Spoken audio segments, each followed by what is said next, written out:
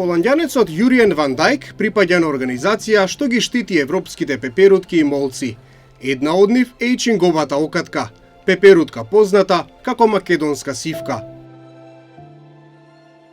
Јуриен на Карпестиот плетвар, единственото место во светот каде што живее сивката како стеноендемит, ги пребројуваше примероците. Стигна до 100, но бидејќи беше рано во летната сезона, очекува до крајот да најде околу 1500 единки. Сивката е загрозен вид, а сега има и нова закана – машините на Бехтел и Енка, чии што челични заби ги гризат ридовите за изградба на автопат. I think that's a big issue because this is the only place in the whole world where this species occur. And not only this species, but this is a really specific area and also specific habitat where this species occur. So when the whole hill is gone, the species is extinct. And not only this species, but also the species that co-occur here on those hills. So I think it's really important to protect those hills. За разлика од ниската свест во Македонија, Холандија прави се што е во нејзина моќ да ги заштити загрозените видови. No, the Netherlands is a bit different. We try to protect the species that are only occurring somewhere, but in the Netherlands we don't even have a species that only occur in the Netherlands. So it's really important that you in Macedonia protect those hills and the species.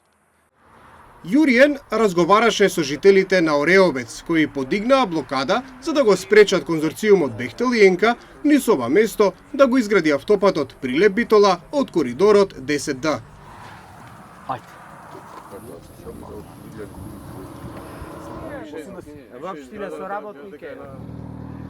Протестот ги паркираше големите машини на Бехтел и Енка. Ние немаме никаков проблем против градење на патишта, инфраструктура и слично, но кога некој ми го загрозува мене животното право, ми ја загрозува водата, ми го загрозува воздухот, тогаш тие се мои непријатели.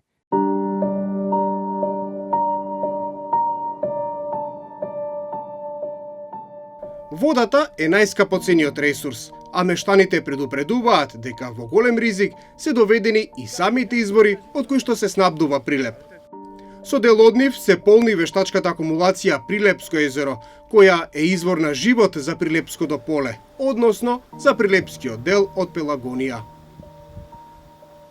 Главната и поголемата е Оревоечка река, која течи овде под селото, односно таа извира, најголемиот извор е тука долу под селото.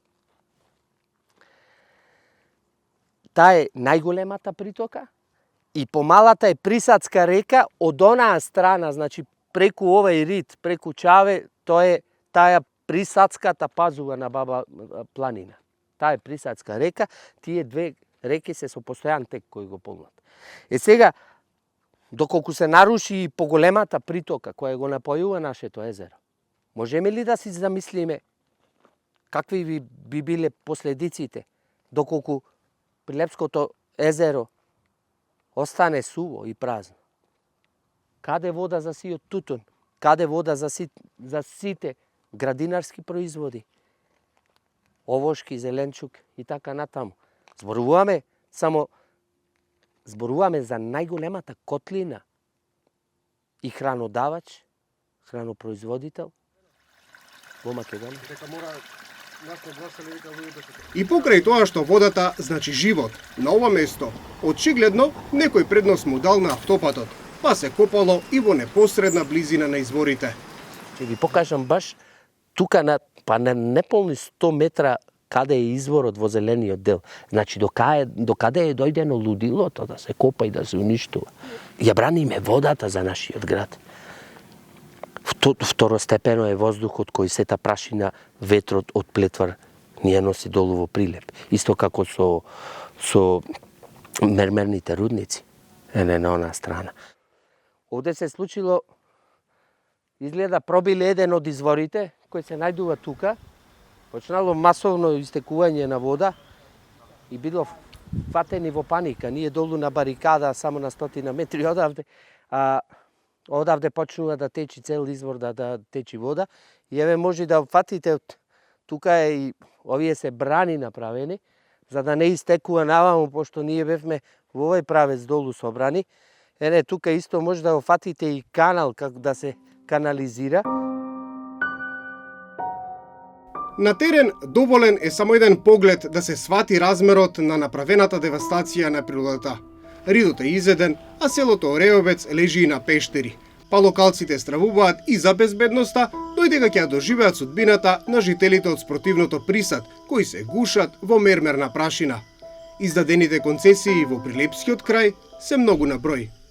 Кипите што треба да останат, еве пак ќе ви го посочам примерот со Присад, значи тие се во опасност да се срушат од озгора на селото, секако е напуштено и да го уништат комплетно. Треба да дозволиме ние здрави, прави, со нормално човечко и логичко размислување да се уништи селото. Прво и основно концесијата била за вадење на мермер. Па добро бе луѓе, ќе го поплочуваме патот Прилеп Битола со плочки? Или треба да се потполни со чакал? Тока не можам да сватам. И концесијата била дадена на 20 години. Па добро бе луѓе, кој нормален во Македонија дава концесија на мермер 20 години за изградба на пат што треба да се изгради за 5 години? За да се изгради автопат е потребно минирање на теренот. Локалните жители се жалат дека никој не им јавува кога тоа ќе се случи. Туку одеднаш се огласуваат сирени. Детонациите ги оштетиле куќите, но и локалната црква Свети Димитрија. Ѕидовите и сводовите се испукани. Тука има и стари и нови пукнатини од експлозијата. Таа е проширена. Значи, ако беше 1 сантим, сега 3 сантим. Со наредна експлозија, сигурно тоа би испаднало. И излегов на тераса, огромна печурка, страшна експлозија, мислам. Испукаја носач, испукаја ѕидови. Она беше како во војна. Штетата на куќите е многу поголема е штетата на планината, на дрвата, на смреката, која што е заштитен вид и кој треба 50 години за да порасни. Од општина Прилеп тврдат дека ги поддржуваат локалните жители во нивните протести, но мештаните се сомневаат дека институциите му прогледуваат низ прсти на конзорцијумот, кој што според нив ги нема потребните документи. Покрената е и правна постапка со барање да запрат градежните работи.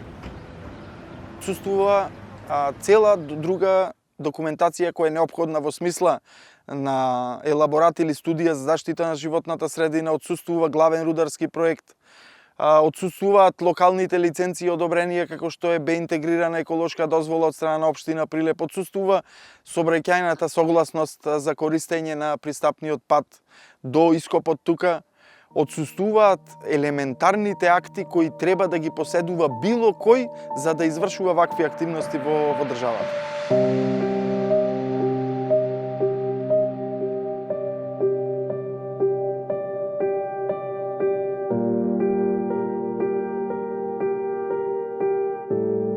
Општината потврдува дека не е издадена бе интегрирана дозвола, ама на локалната власти кажале дека со специјалните закони што поминаа во собрание, тој документ не бил потребен.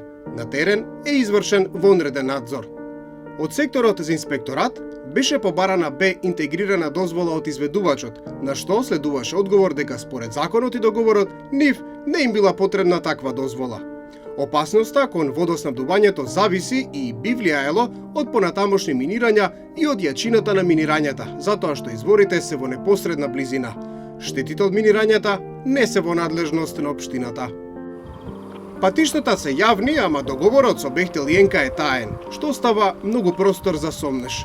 Фактот што се прават минирања во непосредна близина на изворите само ја потврдува загриженоста на мештаните дека нивните интереси не се земени предвид и не треба да изненадува нивната одлучност да се одбранат по секоја цена. Уништената природа е болката на овие луѓе кои велат дека нема да дозволат за некој да прави профит, нивното здравје да трпи и да биде загрозено нивното право на здрава животна средина.